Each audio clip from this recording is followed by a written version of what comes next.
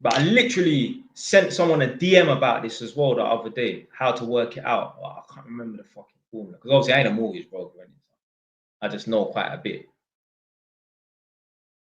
And the thing is, the reason why I know the reason why I say I know quite a bit is because nobody knows anything. Some of the questions that people ask me about mortgage now, yo, this is basic stuff. This is what they need to teach in schools. What's that subject? Because back in my day, there was a subject called PSHE. A bunch of bullshit nonsense. What is it called now in school? I can't even describe what you would learn like in PSHE. But put it this way, back in the day, like maybe like back in the 60s and that, or the 70s, they actually taught kids proper stuff. Like they would teach kids like, this is how you wash clothes, hand wash clothes. This is how you use a washing machine. This is how you iron clothes, like sort of stuff like that, like homemaker sort of stuff. It's called citizenship. How old are you now, Carrie? In something like citizenship, I mean, it doesn't really sound appropriate, but yeah, it's something like citizenship. They should be teaching about mortgages. Very basic. You don't need to teach the kids about remortgaging and that. You just need to teach them how to get on the fucking property ladder.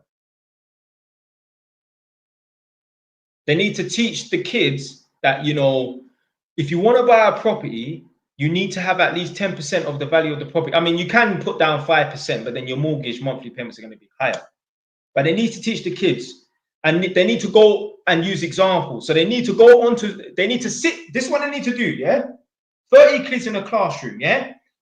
Put, Alan, what's your postcode? Oh, I live in N9. Yeah, all right, okay, cool, boom, N9. Yeah, right. They're going to look at properties in N9.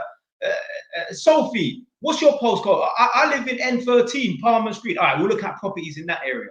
So let's say Edmonton, property, 3-bed house is worth 450. Right, you're going to have to, if you was buying a property today, you'd have to get a 10% deposit of 45 grand. Okay, Sophie, you live in Palmer's Green, yeah? Right, average house price, 700 grand. Right, you're gonna need 70 grand. Right, you definitely gonna need to be a fucking lawyer or stockbroker. I don't know what the fucking boy's first name was, yeah? You might be all right on as an electrician, but really and truly, boy, obviously London is a bad example on that, but let's say like Northampton, yeah? The average house price is about between 230 to 270. Obviously, the properties that I've bought are cheaper because they're not in the desirable areas and that. They're not in no mad areas and that. Well, they did have a bad reputation back in the day, but not anymore.